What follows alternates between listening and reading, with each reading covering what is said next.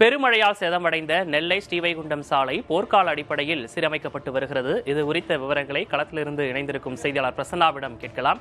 பிரசன்னா, அந்த பணிகள் எந்த அளவுக்கு நடந்துட்டு இருக்கு, எப்போது முழுமை பெறும் அப்படின்னு சொல்லி அதிகாரிகள் தரப்புல சொல்றாங்க?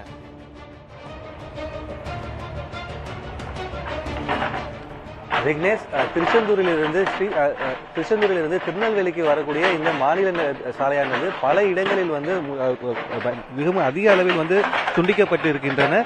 அந்த வகையில் ஸ்ரீவைகுண்டத்திற்கு முன்பு இருக்கக்கூடிய இந்த பகுதியானது கிட்டத்தட்ட பாதி அளவுக்கு, இந்த சாலையோட பாதி அளவுக்கு வந்து வெள்ளநீரால் அழித்து செல்லப்பட்டது. இந்த வழியா தான் நிவாரணப் பொருட்கள் வந்து கொண்டு போகக்கூடிய சூழல் இருக்குது. அதனால இந்த மாதிரி இருக்கக்கூடிய பாதிக்கப்பட்டிருக்கக்கூடிய அந்த சாலைகளை விரைவில் வந்து சீரமைக்கணும் அப்படின்றது வந்து ஒரு கட்டாயம் ஏற்பட்டுருச்சு. அது பிரகாரம் வந்து நெடுஞ்சாலைத்துறையினர் வந்து அதாவது துரிதமாக வந்து ஒரு 5 மணி நேரத்துக்குள் பாதி அளவு உடைந்திருந்த சாலையை வந்து தற்பொழுது மும்முரமாக வந்து சீர் செய்து கொண்டிருக்கிறார்கள். இதே போல் அந்த வைகுண்டத்திலிருந்து நெல்லை வரைக்கும், திருச்செந்தூரில் இருந்து வைகுண்டம் வரைக்குமே வந்து பாதிக்கப்படக்கூடிய சாலை அனைத்துமே இதே மாதிரி தான் ஒரு சில மணி நேரங்களில் துண்டிக்கப்பட்ட சாலைகளை வந்து கடுமையாக உழைத்து சீர் செய்து வருகிறார்கள்.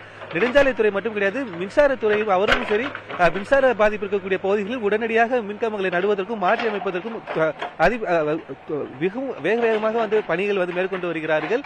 இந்த சாலை வந்து தற்பொழுது வந்து சீரமைக்கப்பட்டாலும் பொது போக்குவரத்து வந்து முழுமையாக வந்து எந்த விதமான பிரச்சனையும் இல்லாமல் முழுமையாக மக்கள் பயன்பாட்டுக்கு வருவதற்கு கண்டிப்பாக ஒரு வாரமாவது ஆகும் என்கிற விஷயத்தை நீங்க வந்து அதிகாரிகள் வந்து சொல்லியிருக்கிறாங்க.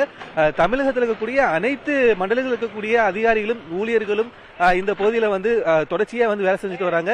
இரவு பகலாகவே அதிகாரிகளும் ஊழியர்களும் அந்த வெள்ள பாதிப்பிலிருந்து மக்களை வந்து மீட்பதற்காகவும் சரி, இந்த மாதிரி பாதிப்படைந்த சாலையையும் அந்த மின்சாரத்தையும் வந்து சரி செய்வதற்கும் சரி அயராது தற்போது உழைத்துக் கொண்டிருக்கிறார்கள். விக்னேஷ், சாலை சீரமைப்பு பணிகள் முழு வீச்சில் நடைபெற்றுக் கொண்டிருப்பதாக தெரிவிச்சிருந்தீங்க. களத்திலிருந்து விவரங்களை வழங்கியமைக்காக நன்றி பிரசன்னா.